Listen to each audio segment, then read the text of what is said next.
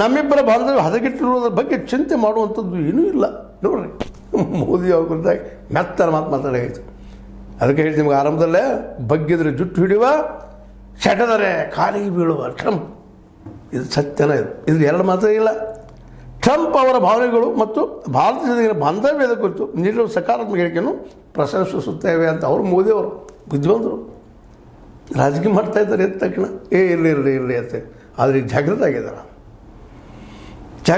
ಮೋದಿಯವರು. ಇವತ್ತು ಹೊಸ ಒಂದು ಅರ್ಥನೀತಿಯನ್ನು, ಹೊಸ ರಾಜಕೀಯ ನೀತಿಯನ್ನು ಇವತ್ತು ಅಳವಡಿಸ್ಕೋಬೇಕಾಗ್ಯದ. ಈ ಕಾರ್ಪೊರೇಟರ್ ನಂಬಿ ಹೋದ್ರೆ ಭವಿಷ್ಯ ಇಲ್ಲ ಅನ್ನೋದು ತಿಳ್ಕೊಬೇಕಾಗ್ಯದ. ಅವರಷ್ಟು ಶ್ರೀಮಂತರಾಗ್ಬೋದು, ಇಲೆಕ್ಷನ್ ನಿಮ್ಗೆ ಗೆಲ್ಲಿಸ್ಬೋದು, ದುಡ್ಡು ಕೊಡ್ಬೋದು, ಪಾರ್ಟಿ ಕೊಡ್ಬೋದು, ಎಲ್ಲ ಕೊಡ್ಬೋದು.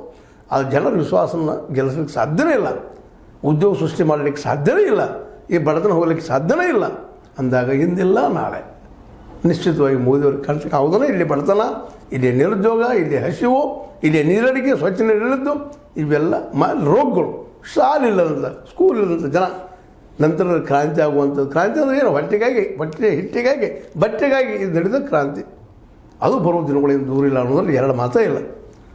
ಈ ಎಲ್ಲ ನೆಲೆಲ್ಲ ಇವತ್ತು ಮೋದಿಯವ್ರ ಮುಂದೆ ಒಂದು ಸುವರ್ಣ ಅವಕಾಶ.